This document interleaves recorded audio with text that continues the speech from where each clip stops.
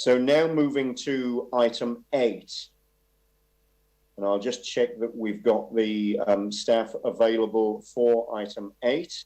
This is the LTP 2021 amendments, an update on those. So Peter Ryan, you're here and ready to speak to this one? Yes, I am, Andrew. Good morning. Good morning and welcome. So yeah, if you'd like to start with some remarks on this report, please. Thank you. Sure. Just to recap the whole thing, you'll recall that as part of the LTP process, there was a very large number of amendments at the adoption phase. 21 of those were separated out for a separate response for various technical reasons. The undertaking was that we would come back with officer responses, and that's what this report is about.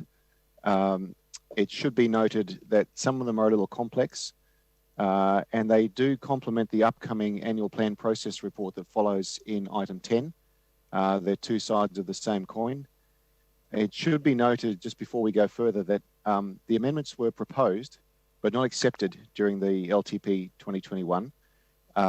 This report back is for information only, and it should be very clear that it doesn't construe in any way that Council has adopted or supported any particular amendment, merely that we're reporting back on a technical level. So on that basis, I'm moving now through to the schedule of responses.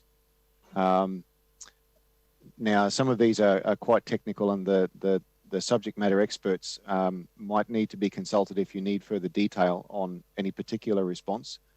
They were canvassed with councillors during the pre-meeting. So at this point, I don't intend to line by line them, but rather to see if there are any questions or any further matters that you require information on. All right, Peter, thank you very much indeed for the introduction. I would just reiterate the point that these were proposed amendments that were not debated in the long-term plan meeting, but that were referred to exactly the process that we're seeing here, so that were referred to this process. They were not dealt with as amendments in the long-term plan meeting. They were simply proposed amendments that were put forward either by one councillor or in some cases a group of councillors. And this is the process that they were referred into. So we're now picking up these proposed amendments or these issues that were raised as a part of this process. So moving to questions, and also noting Peter's comments that any questions that need to be answered by specific staff may not be questions that he can answer. Some of those obviously may need to be referred outside of this meeting if we don't have the relevant staff on the call. So if you could please raise your hand if you've got questions. I've got Anne and I've got Jimmy. Anne, I'll come to you first of all. Kia ora. Thanks, Peter. I have actually just sent this through, so I understand if the answer's not there. But wondering when the Ōtautahi spatial plan is to be completed? And I can't answer that directly. I'll need to go back to staff. There's literally hundreds of possible pieces of information here. I can't be on top of all of them. So I will undertake to come back to you on that. Thank you. All right, thank you, Peter. And if I can just ask members to refer to the number in the list, so the proposed amendment that you're referring to, as you bring these up as well, that would be helpful. Sure. So Anne, that was everything from you? Yes, thanks. That's great. Jimmy.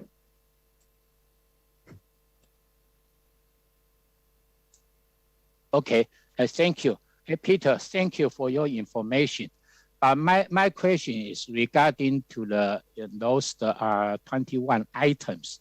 Given you have allocated different the key person in the unit to follow up, but I'm concerned who is a single contact person to follow up until these specific item being closed. For instance, like encourage the Pacific Island, those people make the submission with a positive way, Even mentioned where staff will present to the multicultural committee on the 3rd of November. But how to link this one, how to follow up? I just don't know. Okay. Look, this is not intended to be the full stop at the end of the sentence. This is really coming back to you with information. A lot of these refer to the annual plan, which means that we'll need to follow up when we get to annual plan time. So what I'm trying to say is these will move forward, and there'll be updates as things progress, up to and including the annual plan components going into the annual plan for consideration. So this information doesn't stop here. If there's an undertaking to provide a report in October, we will come back to you and let you know that that's been done. And that's between my team and the Office of the CE to make sure that this continues to move forward and you're kept updated on progress. But this is the initial response that we promise to provide. Thank you. Thank you for your answer. Thank you. All right. So, Jimmy, that's everything from you? Yes. Thank you, Chair. Thank you very much. Yanni. Thank you. I was just wanting to follow up on, I've put forward two proposed amendments, which is not on the substantive issue, but just on the process. So I just wanted to check with you, Peter, that we're able to do that. And that was to change the reporting deadline around the iTree and tree canopy item and number 43, and then also around the district plan provisions around metal recycling and dumping yards to get a report to the committee where we can actually discuss the substantive issue. So I just wanted to check with staff around their response to that. Yeah. I'll be looking for guidance from the chair in terms of process here, because I mean, staff can respond to any request. I just need to understand in terms of the proposed amendment, whether it has the support of the committee or if that's required, okay, or what the procedure is here. All right. So, I mean, I think the concern relates, the question relates to, the question really is, if there was a request for staff to report back on the tree tool to the October meeting, is that doable? You may or may not be able to answer that question. Yeah. Can I just step in here? We probably don't know the answer to that question. I don't know the exec staff responsible for that, but we will come back to you with an answer about the doability of that. Yeah, and realising that the amendment is simply requesting, obviously that will generate a staff response. The staff response could be that the report comes to the October meeting, or the staff response could be that it's not possible to do that by October, but there is a different timeline which is able to be achieved. Correct. That's fine. I mean, that's in line with the amendment that, assuming this is moved, seconded, and it passes, yes, it's capable of being responded to. And from the meeting chair's point of view, that's what I need to know. So that's fine. Thanks, Miles. Yeah. Right. So just in regards to the iTree, so the staff advice during the LTP deliberations was there didn't need to be an amendment because there was money under existing budgets that could cover the cost of it. So I'm still a little bit confused about why now we're being told we need a report. I mean, I just want it to happen. It needs to happen. And so staff have said it will happen. So why do we need a report on something that staff said could be funded through existing budgets? I don't know the answer, Yanni. They would have to come back from the subject matter experts out in that area. I guess I'm concerned that this is, again, I mean, this is about the third different advice that I've had on this issue. And it was put well ahead of the LTP deliberations. And, it just seems like we're creating very complicated processes to get things done. So I guess I just don't want to see this as another delay. I want to see this as an outcome that can be delivered. Yeah, all right. No, that's fine. I mean, certainly respecting Peter's answer that we're not going to be able to get the detail that you're looking for in this meeting. Okay. You've obviously got this amendment that you're wanting to put forward. There's further information that can be supplied outside of the meeting, and the report obviously will fulfil what you're looking for as well. Yeah. So, okay, I think we just need to appreciate, a little bit like the previous matter, we don't have the staff in the room that can give the detailed answer that you're looking for at this particular time. Fair enough. So the other thing is just, and the other one I think is pretty self-explanatory, which is getting a report instead of a memo so that we can actually discuss the substance. And I totally appreciate that it may not be something that all my colleagues agree to, or the majority, but at least we can actually have a discussion about a way forward. Just in a general level, I think, I mean, there's a number of concerns around why some amendments were accepted and some weren't, and rather than get into all the individuals, I guess what I just want to understand from you, Peter, especially given the advice around the multi-use arena, is is there an independent review process we can go through to ensure that we're consistent with how we deal with amendments that are put forward? It's just really hard for me to respond to the community who are feeling pretty upset that some things weren't even able to be considered despite making submissions in line with the decision we've made around the multi-use arena. And I'm just wondering whether we can get an independent assessment of why some of these weren't accepted and what the best process is next year for the annual plan to ensure that we can respond to public submissions. Okay, look, it's a broad question, but two main answers. One is that some of the proposed amendments weren't actually amendments. They were simply a request for a report, which is not an LTP piece of content. The second reason, and I think there were a couple, but the other main reason was that we sought legal advice on whether they were actually legitimate under the 2021 LTP process, or that they needed to be deferred to the annual plan for consideration there. So they were the two main reasons, and the independent advice we received was from legal services, and I respect and trust their judgment in that area. I'm not a lawyer, but they are, and that was the advice we received. So I don't know that I can provide any other avenue for independent advice there.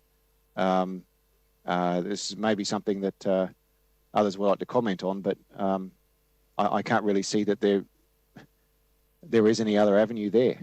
Was there independent advice on each specific amendment? Yes, it was. All right. And have we been circulated that advice? Or can we get it circulated, recirculated?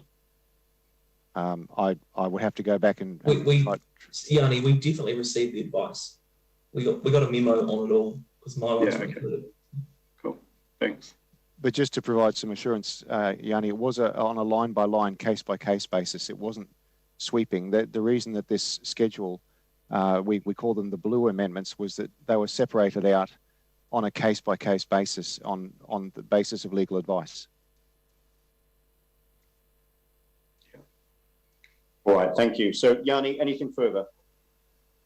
No, that's it. Thank you. All right, thank you. Are there any other questions that people have on this report? Yeah, Andrew, I do. I've got my hand up. Yeah, thank you. Mike, I'm just finding it difficult to see everybody on this screen. That's all right. Mike, go ahead. That's fine. And it's actually to the amendments, because obviously it's a little bit of a difficult forum to do last-minute amendments with. But in regards to the second one, in terms of the district plan change, my recollection is this was raised by the councillor at a previous committee meeting, and there may have been action taken from that. I'm not too sure if any staff are online to be able to speak to that. But I'm concerned if we can always call for reports, because there's a bigger cost associated to a report than a memo, especially if we do have some work underway looking at the issue that he has raised. So I'd hate to go approving something when we're already doing work in the background. Yeah, and thanks for those comments. I mean, is there any comment from staff that are in the room on that exact matter? Are we aware of work streams which are already going on, which are essentially duplicated or mean that these amendments are not required because there's something that's happening anyway? Miles, I don't know whether this is something that you're able to comment on. I'm sorry, no, I can't confirm whether there are other work streams. Look, if the amendments go through, excuse me, if the amendments go through, we'll follow up and either action them or come back with the ability to do or otherwise. This is about as far as we can go at this point.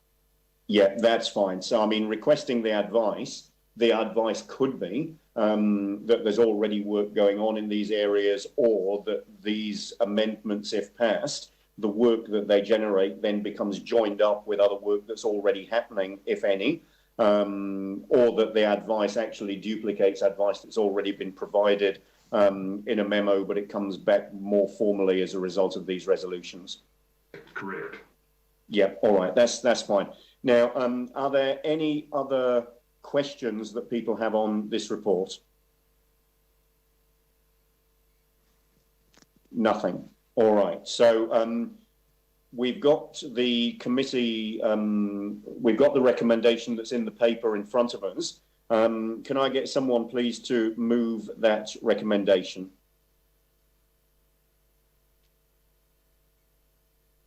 Andrew, it's Sam. I'm happy to move it. Yep, so moved by Sam, and if I can get a seconder, please. Happy to. Was that Sarah? Yeah. Yep, so moved Sam, seconded Sarah.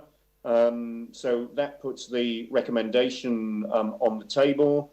And then, Yanni, you're wanting to move both of these amendments? Yes, please. Thank you. Yeah, all right. We'll deal with them as moved and seconded separately. I mean, if the same person wanted to second them both, that's fine. Is there somebody who would second both amendments? Yes, I would like to. So, Jimmy, you're happy to be the seconder for both? Yes, yes. All right. So that also now puts the amendments on the table. So what I'd propose to do is to have one debate, and then I'll put the amendments separately. So item 2 and then item 3 as they appear on the screen, and then obviously put the motion either as amended or not, as the case may be. So now moving into debate, who would like to speak to this? Yanni. And if I can request once again that you use the hand up feature so that you move to the top of the screen. So moving into debate, Yanni. Just need a little bit of time between the screen and the agenda. But yeah, thank you. Just to say, we have had a memo on the 3rd of November 2020 in regards to metal scrapping businesses. And the staff advice at that time was that the issues identified were primarily related to noise, visual amenity, rubbish blowing, and dust. And the complaints related to noise resulted in the environmental health officers attending the site and undertaking noise measurements. So basically what staff have said is, that they have acknowledged that there is an issue, and 3.5 said staff could consider a change to resource consent, to require resource consent for metal scrapping activities. And so, yeah, I just think we need to respond to what people have told us through the LTP, and I appreciate that it's not a budget issue, it is a district planning issue. But I think we do need to get the report. I invite anyone to go and look at what's happening down Garlands Road and question whether you think that's acceptable in the middle of a residential neighbourhood. You've got massive amounts of cars and a whole bunch of rubbish being stockpiled. We've had fires in places like Auckland on similar sites. So imagine if we had a fire at this site next to the river, what would happen in terms of the contaminants, what would happen in terms of the impact on the local neighbourhood. So I think, this is a really simple request. Let's progress this and get a report on the options, and then we can have this substantive debate rather than just getting another memo, which we've already had, which basically says that we could consider a change to require a resource consent for these activities. The second point I want to make is just around the trees. So as the chair of the tree policy hearing, it became very apparent that we lack basic information about our tree canopy, but that there are solutions with technology that could be incredibly beneficial to us as a city who has one of the lowest rates of tree canopy coverage out of any major city in New Zealand, to understanding the impact of things like our district planning and our planting programs. So from a climate change point of view, from a sustainability point of view, from an ecological point of view, it makes sense to get this information. And we are running at a deficit, and the longer that we delay getting this technology and this understanding, the greater risk we have of losing mature trees that deal with the sustainability issues that we're facing and the climate change issues that we're facing as a council. So I just really want to get on top of this. The staff have said that they've done a lot of work on this. There is technology that they've been looking at for some time now. The staff said during the LTP that this was could be funded through existing budgets, and it would be. I just want to get on and get it done. And even if that report, I think getting the report in October makes sense. And even if that requires some further work, at least we can have visibility of what's required to get it done. Thank you. Thank you. Anne. Yeah, kia ora, and apologies to you before to just throwing that question in there. That was unfair. I'm sorry about that. But I did want to say how much I appreciate the fact that this work has been done and that it's reassuring that the issues that were raised through these amendments that weren't amendments are being considered seriously. So thank you for that. I'm really glad to see number 8, that staff will work with the aged concerned to review how effective council is in meeting the needs of residents over 65. And I look forward to hearing back and wondering if elected members can have be involved in that process. Would be good to know. Also, the anxiety about the growth out in the southwest, number 40. It's great to know that the Otatahi Christchurch spatial plan is being prepared, and just wondering if there does need to be input from community boards and also residents, and would be interested to know how that will go. So really appreciate the work that's being done here and look forward to the reports coming back. Thank you. Thank you. Mike. Sorry, I just need a bit of clarification because the 2 amendments have disappeared from the screen. Can we go back to the split screen, please? Yeah, can I get clarification that these are not no longer reports that are being requested, but just some advice? So therefore, it would not come as go through a report structure and with the actual expense associated with a report?